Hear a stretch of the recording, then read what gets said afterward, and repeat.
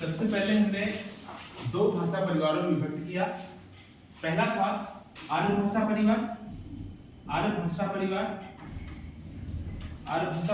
दूसरा था द्रविड़ भाषा परिवार।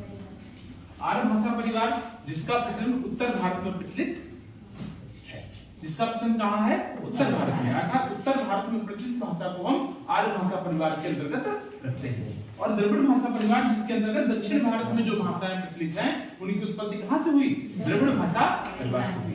फिर इसके बाद हमने बात किया था कि आर्य भाषा परिवार को मुख्य रूप से कितने भागों में विभक्त किया गया?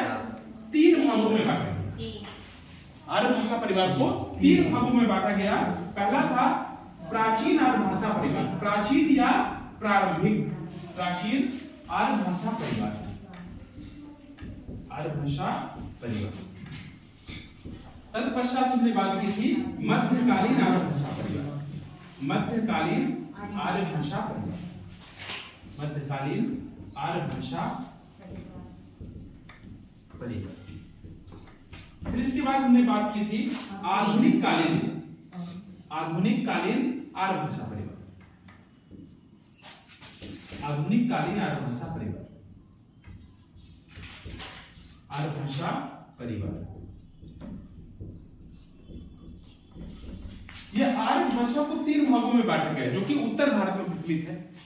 प्राचीन आर्य भाषा परिवार, मध्यकालीन आर्य भाषा परिवार और आधुनिक कालीन आर्य भाषा परिवार। जो आपका प्राचीन कालीन आर्य भाषा परिवार है, इससे संस्कृत भाषा की उत्पत्ति होती है, इससे संस्कृत भाषा की उत्पत्ति होती है, जिसके मुख्य रूप से 2 रूप प्रचलित हैं। एक वैदिक संस्कृत और दूसरा है लौकिक संस्कृत। वैदिक संस्कृत, दूसरा है लौकिक संस्कृत। वैदिक संस्कृत से तात्पर्य ऐसी संस्कृत से है जो वेद, पुराण, उपनिषद इन सब की भाषा जो थी वो क्या थी? वैदिक संस्कृत थी। और जो वर्तमान में लौकिक या लोक में प्रचलित भाषा है, जिसमें आपके बहुत सारे संस्कृत के महाकाव्य लिखे गए, चाहे उत्तर रामचरितम हो या भौभूति द्वारा विरचित किरातार्जुनीयम हो या मालविका हो, महाकवि कालिदास द्वारा विरचित या अष्टाध्यायी हो, इन सब की रचना जो है लौकिक संस्कृत में की गई है।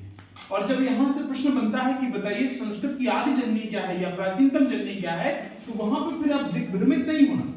वहां पर हमें देखना है कि संस्कृत भाषा के 2 भेद हुए, लौकिक जो कि प्राचीन काल वेद पुराण उपनिषद की भाषा थी और लौकिक जो कि वर्तमान